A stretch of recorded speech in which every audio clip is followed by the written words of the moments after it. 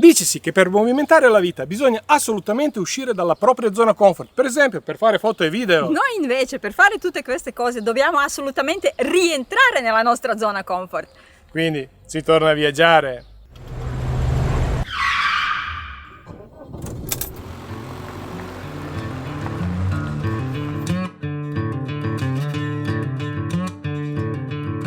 Eh sì, tutto parte con il viaggio, ma visto che la prima parte, quella che attraversa Milano, Strada dei Laghi e poi la Svizzera, l'abbiamo già fatta vedere nei precedenti viaggi, non ci soffermeremo molto sul paesaggio bucolico, cioè non ci soffermeremo più di tanto.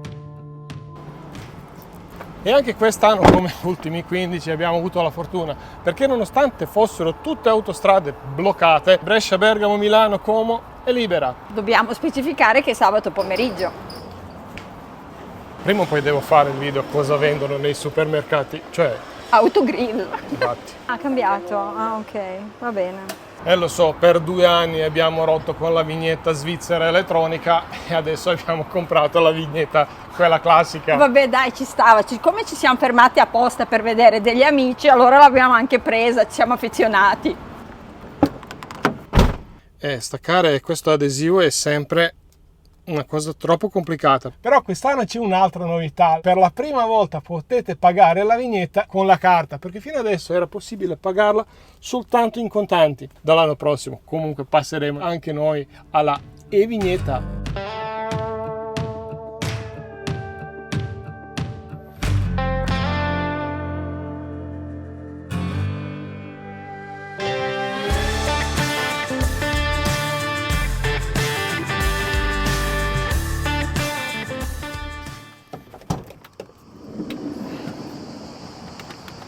Non bisogna vantarsi che la propria strategia per evitare le code funziona, soprattutto perché davanti a noi è stato un incidente. E ci siamo fermati su questo primo autogrill in Svizzera perché è arrivato l'orario del caffè. Sono le 4 passate. Sì, Un po' di esperienza per quanto riguarda l'orario di quando attraversare la dogana ce l'abbiamo, ma non trovare nessuno come oggi non ci è mai capitato. Invece dall'altra parte, per entrare in Italia, c'era un delirio. Ma dall'altra parte la situazione è completamente diversa. Oggi anche Maya ha deciso di prendere un dolcetto. E siccome oggi a pranzo ho mangiato poco, adesso mi è venuta fame. Io vado avanti alle mie merendine senza zucchero.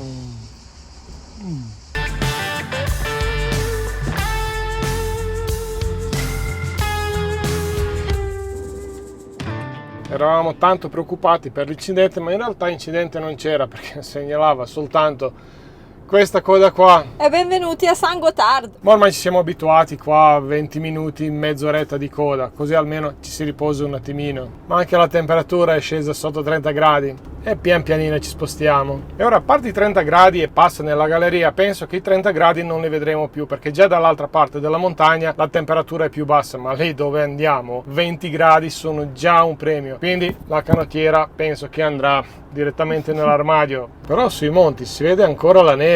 E perché fa caldo nella galleria e perché ci sono le code, l'abbiamo già spiegato l'anno scorso. E comunque non hanno ancora costruito il secondo tubo per altro senso di marcia e la magma è troppo vicino alla crosta terrestre. Almeno non vi ha detto, lei so tutte! Ma nessuna coda in Svizzera può rovinarmi la giornata per un semplice fatto che quando sono qua so che sono partito per il grande viaggio. Pure lei.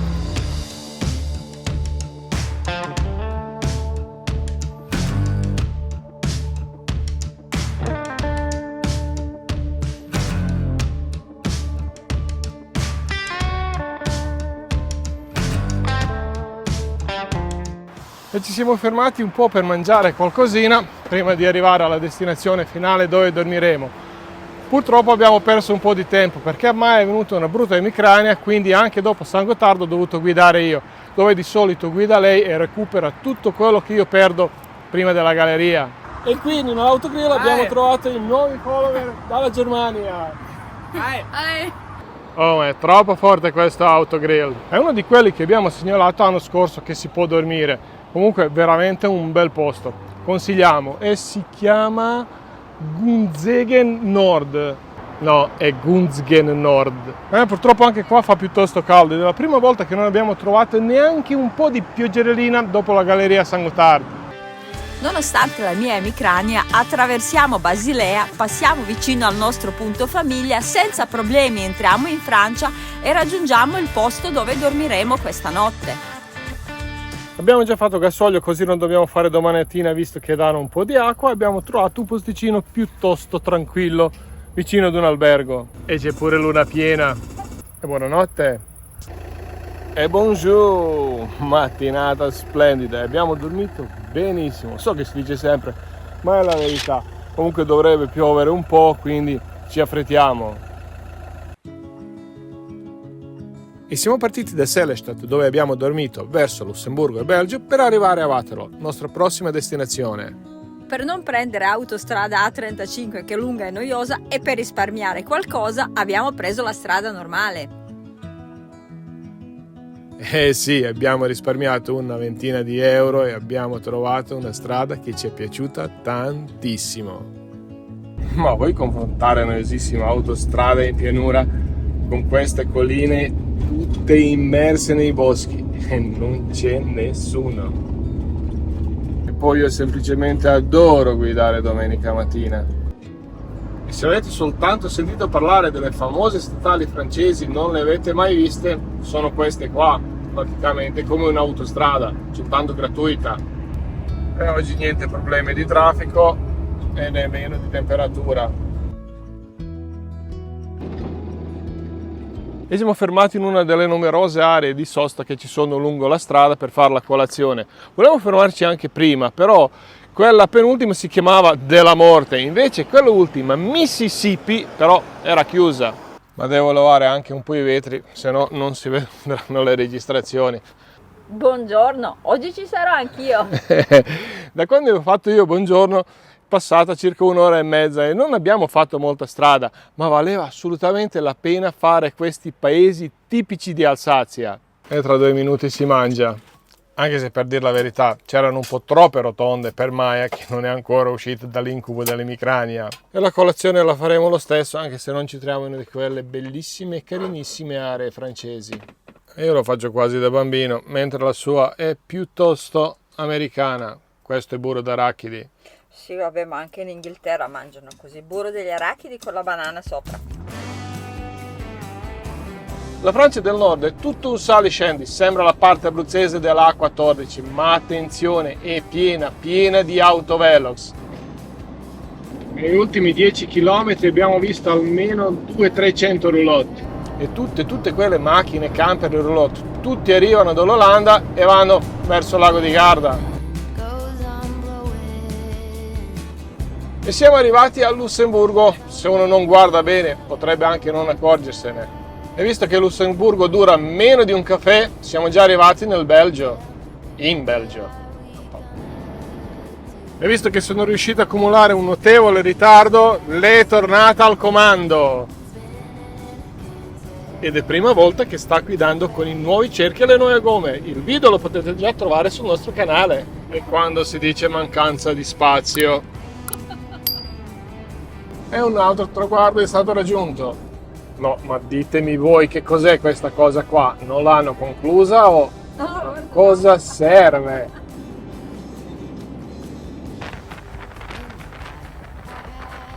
Mi ricordavo questa vista verso Namur quando siamo andati 12 anni fa a Londra.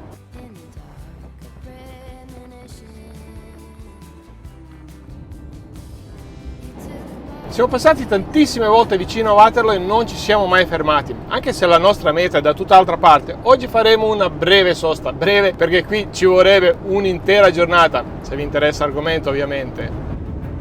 Sto già emozionando e spero che mi passa, così riuscirò a raccontare qualcosa.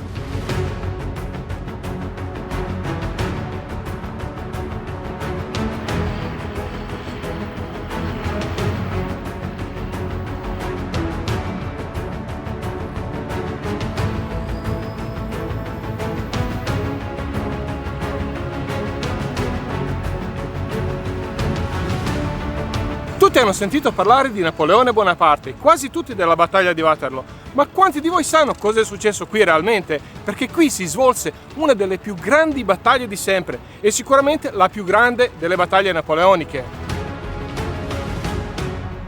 Ma chi lo dice che era una delle più grandi battaglie di sempre? Lo dicono i numeri, perché qui si scontrarono circa 72.000 soldati di Napoleone Bonaparte contro 68.000 soldati di Duca di Wellington, che era esercito anglo-olandese. In più c'erano quasi 50.000 prussiani guidati dal Feldmarschall Blücher, quindi 190.000 persone circa, e dico apposta persone, perché c'erano anche le donne a seguito dei loro uomini. E si scontrarono qui su questo piccolissimo campo di battaglia. Se vi girate attorno potete vederlo tutto con i vostri occhi. Stavano praticamente a 800 metri uni dagli altri quando stavano lontano. Ma parlando dei numeri, dobbiamo parlare anche di quelli brutti, cioè il numero dei morti, perché qui morirono, si stima, circa 40-45 mila persone. Per farvi un confronto, durante lo sbarco in Normandia di D-Day morirono metà. Ed ecco altri numeri: 200.000 persone, 35.000 cavalli e 500 canoni. Avete voglia di camminare, come sempre c'è il trenino turistico. Ma che cos'è successo realmente, senza tirarvi un pipone? 18 giugno 1815, Duca di Wellington, generale che non combatteva le battaglie che non poteva vincere, si scontrò con Napoleone Bonaparte, uno dei più grandi e geniali generali di sempre. Ma dove stava la sua genialità? Che non aveva le strategie prima della battaglia, le faceva in base a quello che trovava sul campo, quindi era completamente imprevedibile. Infatti 2 giorni prima della battaglia lui tagliò con una battaglia esercito prussiano dall'esercito anglo-olandese, quindi il Duca di Wellington si trovava in inferiorità numerica. Ma nonostante tutto lui ha accettato la battaglia, è rimasto, ma perché sperava che arrivano i prussiani.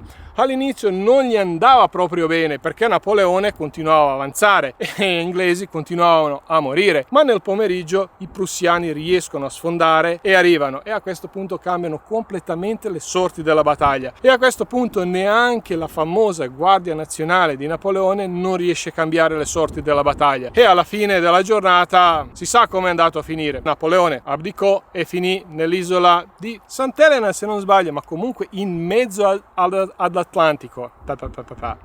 Però c'è da dire che la battaglia non si svolgeva soltanto nei campi, ma anche nelle fattorie. Anche lui è venuto a vedere il campo della battaglia. Erroneamente, tantissime persone pensano che la collina del Leone era già presente durante la battaglia, ma non è così. Fu eretta in onore del principe ereditario olandese che fu buttato giù dal cavallo in quel punto lì. Tanto è vero, quando Duca di Wellington venne a visitare il campo, disse: "Ma avete rovinato il campo di battaglia". Quando andavo nelle medie volevo fare il professore della storia. Il nome di Waterloo è diventato famoso in tutto il mondo, è una delle nostre canzoni preferite degli ABBA. Ed eccoci tornati. E prima di proseguire mangiamo qualcosa. Anche se non siamo entrati in nessun museo, in nessun posto, è stato molto emozionante. Forse perché ho letto talmente tanto su questa battaglia che mi sembrava di vederli correre per i campi. Stiamo andando di là a vedere quella cosa lì. Ma guarda che sosta!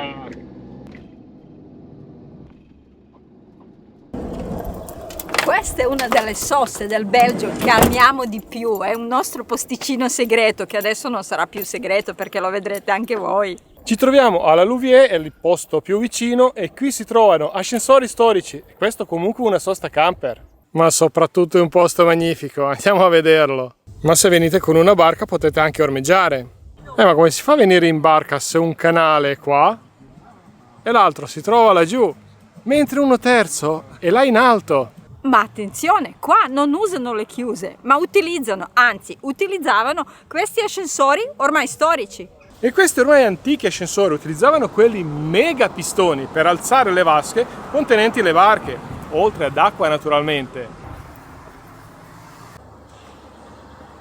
Ma come funzionava tutto ciò? Ovviamente prima arrivava la barca lungo canale e lì in fondo c'è una paratia dietro il quale c'è la vasca che contiene acqua. A questo punto la paratia si alza, entra la barca, ma quando si chiude la paratia, quella chiude sia il canale sia il bordo della vasca. A questo punto il pistone si abbassa e si abbassa anche la vasca. E di questi ascensori una volta c'erano 8, ora sono rimasti soltanto 4 e sono diventati praticamente musei all'aperto. Ora cerco di farvi vedere il dislivello tra questo canale e quello là sotto, che poi non è nulla rispetto al dislivello del canale sotto e quello sopra l'ascensore funicolare. Quando siamo stati qua nel 2016, questo ascensore funicolare era più alto al mondo, adesso è stato superato da uno cinese. Questo ascensore supera un dislivello di 73 metri, è possibile anche visitarlo. E pensate alla nostra sorpresa qualche anno fa quando abbiamo visto su Discovery un speciale su questo ascensore. E se non mi sbaglio, soprattutto la pronuncia, si chiama Steffi Tiu.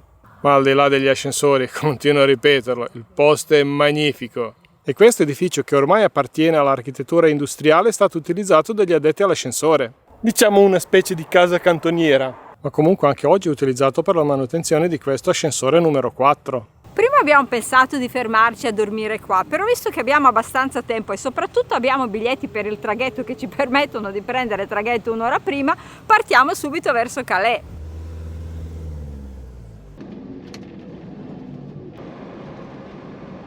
E siamo arrivati al porto di Calais, dormiremo qui stanotte. E imbarco è qua vicino, proprio a 2 passi. Volevo vedere cosa c'è qui dentro, ma sembra che non c'è niente e non c'è nessuno. E in realtà dentro c'è un aereo, ma peccato che è chiuso. E poi venendo qua abbiamo visto che è tutto quanto recitato, c'è pure filo spinato, ma per chilometri, probabilmente per via dei migranti. Ma anche qua è tutto recintato. Non è la prima volta che siamo qua, anzi è la terza, e una abbiamo anche dormito, ma non era qua. E il posto per dormire, che era più o meno lì dove ci sono imbarchi, era molto molto più grande. Stai preparando qualcosa? Volevo chiederti, vuoi hamburger o vuoi pasta con ragù? Vabbè, ma non puoi farmi domande così complicate. Abbiamo deciso per la pasta al ragù.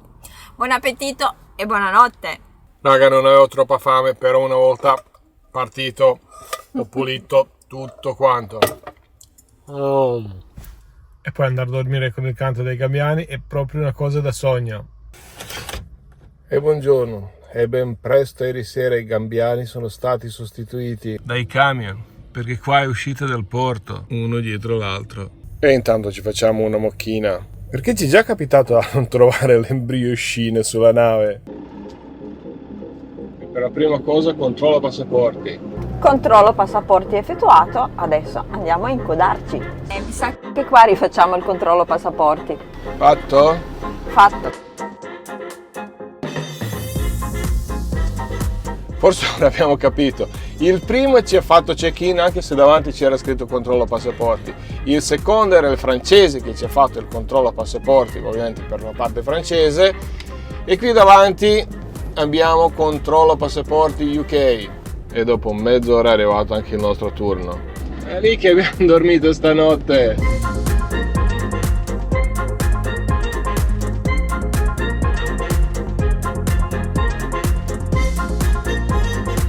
E se una volta da quando entravi nel porto finché non arrivavi al traghetto ci mettevi 5 minuti, adesso abbiamo messo 45. Ma devo dire che anche il porto mi sembra leggermente più grande. Molto più grande.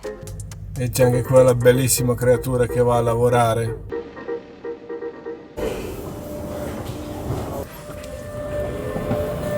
Ecco, adesso almeno sappiamo dov'è. Buongiorno, tutto bene? Qua si riescono a vedere le bianchissime scogliere di Dover. Intanto che non c'è nessuno facciamo un giretto. E questo è la lounge del silenzio, che in questo momento definitivamente non fa per noi. La cucina è cambiata notevolmente da quando siamo andati l'ultima volta. E se avete con voi i vostri amici avete una lounge per voi. Penso che abbiamo mancato un ristorante nel Ponte 9, adesso vediamo qui cosa c'è nel Ponte 8. Maya. E c'è anche questa cosa qua che non ci interessa proprio. Un altro posto dove potrebbero avere qualche croissant. Prendiamo qualcosa da portare via. Nemmeno in questo bar ci sono delle croissant, ci sono tipiche colazioni inglesi, però io prima ho visto un ragazzo spingere un carrello pieno delle brioche, quindi andiamo in ricerca. Questo sembra fotocopia di quello che c'era sopra. Non è proprio una fotocopia, che è un po' diverso.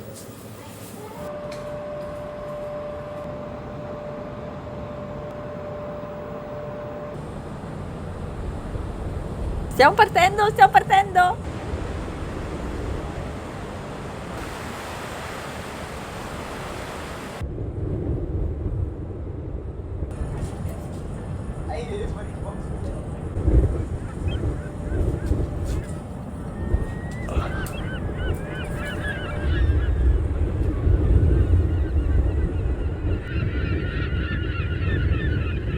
E dopo i mesi di attesa finalmente siamo partiti, stiamo uscendo dal porto di Calais andando verso le bianchissime scogliere di Dover.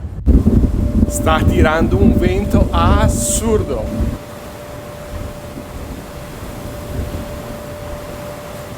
Ci hanno beccato a registrare con la Sony dentro, quindi dobbiamo metterla via. E intanto ci facciamo la croissant e quello che si chiama cappuccino dalla macchinetta. A te l'onore di assaggiare il cappuccio. Brioche è ottima, è stata scongelata 7-8 minuti fa, dopo 2 mesi nella cella frigorifera. Questo è un nuovissimo traghetto, Sì. e questo per noi è la prima spesa che facciamo da quando siamo partiti, anche perché dobbiamo farlo un po' all'insegna dell'economia di questo viaggio, visto che costa tantissimo soltanto per gasolio. Potete fare da soli conti, faremo almeno 6.000 km, quindi sapete quanto costa. Invece per quanto riguarda i traghetti, perché non faremo un video quanto abbiamo speso, per questo qua abbiamo speso più di 300 euro, Sì. che sono più del doppio rispetto a quando siamo andati la prima volta con le ragazze ed eravamo in 4. Però dobbiamo dire che abbiamo preso la tariffa Flexi, in modo da poter cambiare la data del ritorno. Forse si dovrà pagare qualcosina, però diciamo almeno siamo più tranquilli. Sì. Nel 2012 il traghetto non era così pettinato come questo, però le croissant le hanno portate direttamente da un panificio perché l'abbiamo viste imbarcare, infatti sono andate via in un millisecondo. Lei non si ricorda che c'era una gita dei bambini francesi, quindi per me le hanno portate apposta per loro, solo che noi ci siamo intrufolati con le nostre figlie e abbiamo approfittato.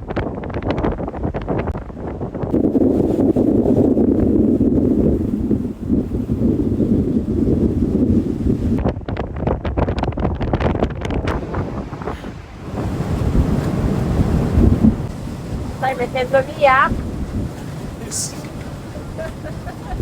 Lei non ce la farà mai in Irlanda con quel vento che c'è lì. Mi porterà via!